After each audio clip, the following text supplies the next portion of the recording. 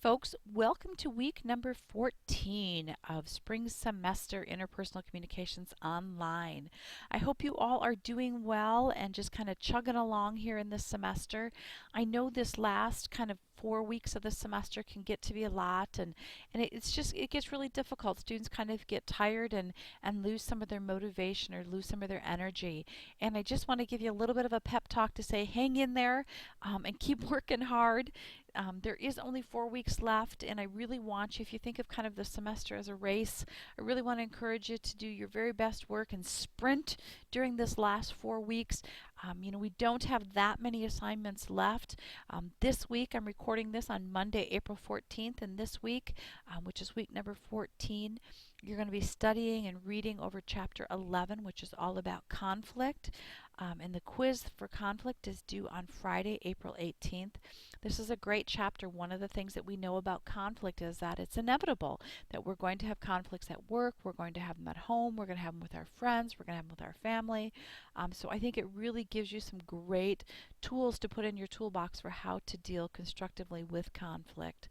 It's interesting. I think back to when I was growing up, and when I had conflicts with if I had friends over and they were playing and we had conflict, it was interesting. One of the things that my mother would always say is, well, if you can't get along with your friends, we're going to send them home. So one of the messages that I learned really early in life was when you have conflict, you want to hide it from others, because in that way, then my mom wouldn't realize that I was fighting with my friends. So those messages that we get about conflict early in life and really throughout life are pretty strong. And the one thing that I really like about this chapter is it really says, hey, conflict is inevitable, so you might as well know how to deal with it in a constructive way. And I like the focus of this chapter on constructive conflict. If we acknowledge that conflict is inevitable, then find a way to make it constructive and healthy and healthy for the relationship. So this is where we're at on chapter 14. Next week is chapter 15. There is no reading assigned for that week, but we are going to be working on paired interview number 2, which is due on Friday, April 25th at 11:59. So if you just kind of peek ahead, I'm going to talk about that paired interview assignment in just a minute, but I just want you to kind of peek ahead here with me.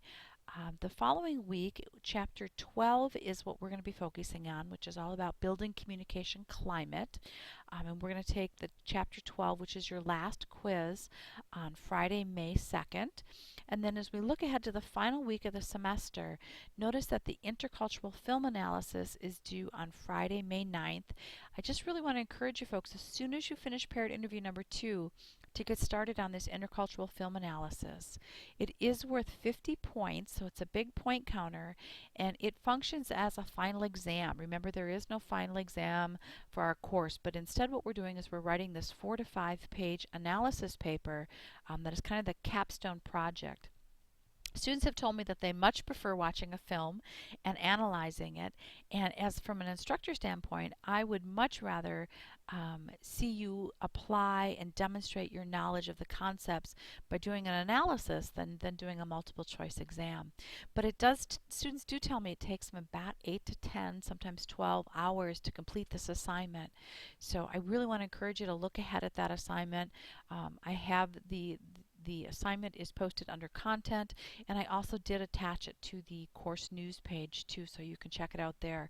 There's 5 movies to choose from for this semester. I did add one, however. I just recently saw The Butler, and so it's not listed as one of your options, but if you would like to do The Butler, I think it's a fabulous film for this assignment. We also have a course survey that is worth 10 extra credit points. That's also due on May 9th. And so I just want to encourage you, as soon as you get all your assignments done, to make sure that you do that course survey and drop it in the Dropbox as well. Okay, so what I'm going to do now is I'm going to switch over to the document that has our paired interview assignment. And again, this is under course content, and I also have it attached to our course homepage. This is all about intercultural exchange. It's called Kiss, Bow, and Shake Hands, and it's again a paired interview where you're going to be interviewing another person. The fun thing about this about this activity or assignment is that you get a chance to learn about a culture that you're not all that familiar with, and you get a chance to kind of do a cultural exchange with someone else. So step number 1 is to choose a culture that you are not familiar with. and that you have limited understanding. And notice here I've highlighted, please do not interview someone that you know well. I don't want any friends or relatives or boyfriend, girlfriends or any of those sort of things. I want you to choose a culture that you don't know much about. If you interview a friend and they're from a different culture, chances are just through your friendship that you've learned quite a bit about their culture. So please find somebody. One of the things that students say for this assignment is, well, the hardest part of this assignment was finding someone to interview. And I just want to encourage you just to look around your classrooms at Hennepin Technical College. One of the things that I truly love about teaching at HTC is the diversity that we have in our classroom. So, look to your left and right at one of your classrooms. I'm guessing that you'll find somebody that is from a different culture. So step number one, I'm going to back up here for a moment, folks. You can also interview a neighbor, somebody that you work with that's from a different culture, but usually that's the toughest thing is once you identify that person, I want you to list the culture for step one and then create a list of 5 things that you believe about that culture. Now, you are right in saying, well, this is going to be stereotypes, Michelle, and it most likely will be real generalized perceptions or stereotypes because you don't know anything about the culture. And that's okay, because step 2 then is to interview someone and say, here's my perceptions. Can you tell me if I'm accurate or not?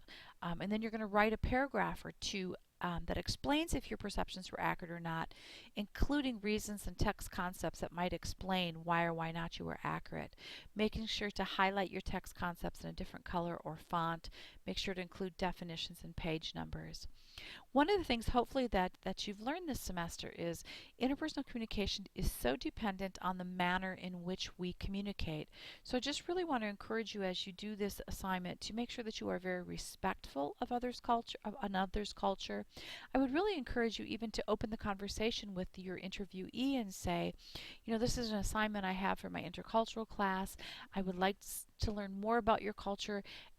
If I could just start and tell you 5 things that I think I know about your culture. I know these might be really wrong and I don't mean to be disrespectful. Could you just tell me and help me learn more about your culture? One of the things that I have found is that people love to talk about their culture and they're usually more than happy to share information about their culture. So that's step 2. Step 3 then is to this is where the exchange comes in. You can turn the tables and you ask that same person to list 5 perceptions about your culture. And you may need to identify and describe your culture to your partner, but then you're going to write a paragraph or 2 that describes their perceptions of your culture. Step 4 then is to write a paragraph or 2 that describes if your interviewee's perceptions of your culture were accurate or correct, again including reasons and text concepts that might explain why or why not your interviewee's perceptions were correct. Step number 5 is to seek out the Kiss Bow or Shake Hands book. It is available in the school library on both campuses, but to find your culture in that book and then write a sentence or 2 describing one thing that you did not know that you learned from the Kiss Bow Shake Hands book, making sure to include the page number from the Kiss Bow book. Now, if you go to the Kiss, Bow, or Shake Hands book and your culture isn't in there, you are going to need to find an alternate source. It could be a web source, a book, an article, but you will need to include a full APA citation. And I gave you a hot link here to Purdue OWL website, which will tell you everything you need for a full APA citation.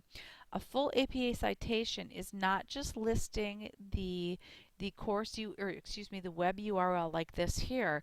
A full APA citation has who wrote it, the name of the web page or the article, the name of the website, when it was posted, and when you accessed it. So make sure that you gather all of that information for your alternate source. The final step in step number 6 is to look at the conversational skills that were prevalent in your discussion and then to write 1 to 2 paragraphs that focus on describing turn-taking, reciprocity, and listening styles. You will need to look ahead a little bit because listening styles is not discussed in our textbook until chapter 12. Again, please make sure to highlight the text concepts in a different color or font, including definitions and page or chapter section numbers. So here's the grading rubric. This one is worth 30 points, so it's a pretty big point counter. You want to do, again, your very best work. Make sure that you include all 6 steps. You can actually use these steps as your organizational pattern. So you can write step 1, write your perception. Step 2, write your paragraphs. It's perfectly fine to do that as a way of making sure that you have included all of the necessary steps. You need to apply and cite and highlight at least 5 to 6 concepts. If you're shooting for an A, I always tell my students to go a little bit above and beyond. You might have 7 or 8. You really do not need more than that. What happens is when we get up, and I'll see some students who will submit these assignments and have, 10, 12, 13, 14 concepts. What happens then is your paper becomes all about the concepts instead of applying it. And that's really what I'm looking for, is for you to clearly demonstrate your understanding and ability to apply the course knowledge and information. And you need to include the concepts with definitions and page numbers, but what I'm really interested in is your ability to explain how and why those concepts relate to your interview results. Again, making sure that you include the page number from the KISS-BOW book or a full APA citation for the source that you used in step number 5. So that's all about this assignment.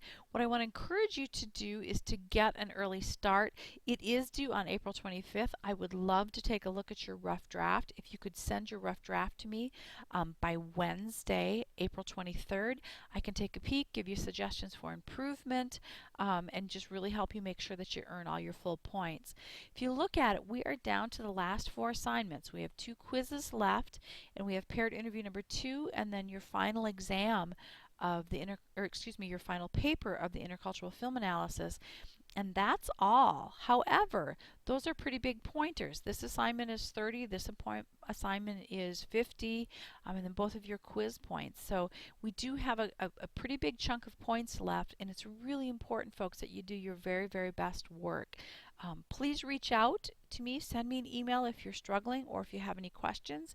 If you want me to take a look at anything, I'm happy to do that. I will post another assignment, or another YouTube video probably right around the end of the month, somewhere probably around April 27th or 28th. That'll give you a more detailed description of the intercultural film analysis so that you can get started on that right away. Hang in there, folks. Remember, this is the time to sprint and do your best work.